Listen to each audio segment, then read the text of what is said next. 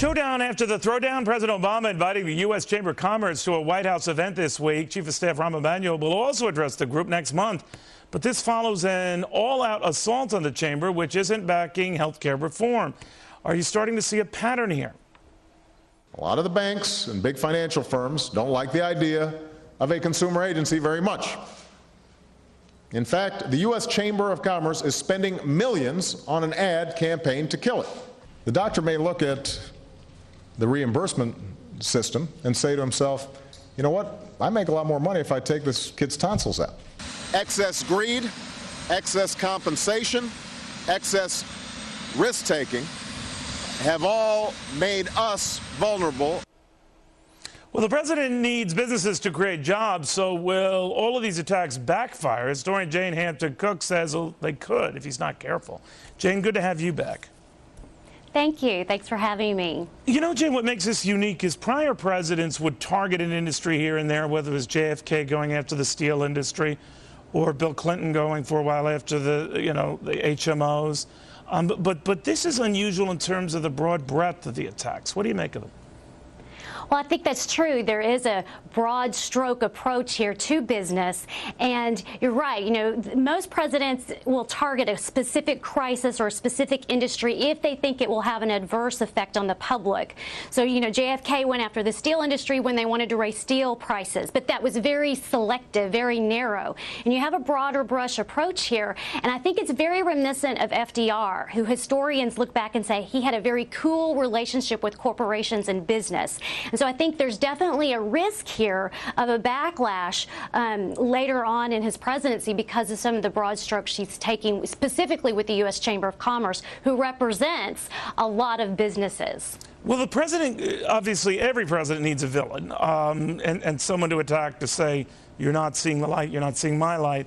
But what does the president risk attacking so many from the business community and trying to pull an FDR? Because you're right, FDR did that. But he always stayed very popular in the eyes of the American people, if for no other reason than that the Depression ensued and ensued and ensued, and then we had a world war. So many would argue he stayed artificially high in that environment. What do you make of that? Well, I think that's true. I mean, he certainly called Wall Street greedy, and he did kind of keep a general tone about it. But he didn't specifically attack, you know, the U.S. Chamber of Commerce, the small business world. And I think that that's what you're seeing here. And it makes sense that a group like the U.S. Chamber of Commerce would state their opinions on policies that they disagree with. So I don't think that's a huge surprise. But there are so many people who are, you know, invested in the small business world and in the corporate sector too, that I just think it is a risk that he's taking. And I don't think he I think it all stems from his government philosophy, the government regulation, the government expansion. I really think it's just rooted in his philosophy of government, which was very similar, you know, to Franklin Roosevelt. But, you know, sometimes this can work for you if you create a villain and say they're the reason why you're not seeing change or they're the obstacle to change. And they eventually can be intimidated to the point that they sign on, the drug makers, and they're signing on to health care under the threat of bigger penalties if they didn't. That sometimes you can get what you wish by being tougher than most people want, right?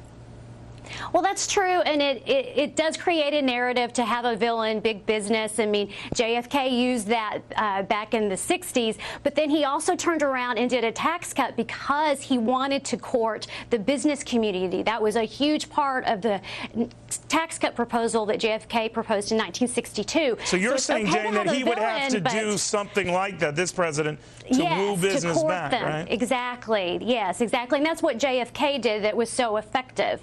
And he had a little bit of a villain there, but he definitely courted them and made sure he kept it in check and in balance. And Bill Clinton offered a number of business-related tax cuts, even after raising taxes in the upper income. So you have to wheel and deal, right?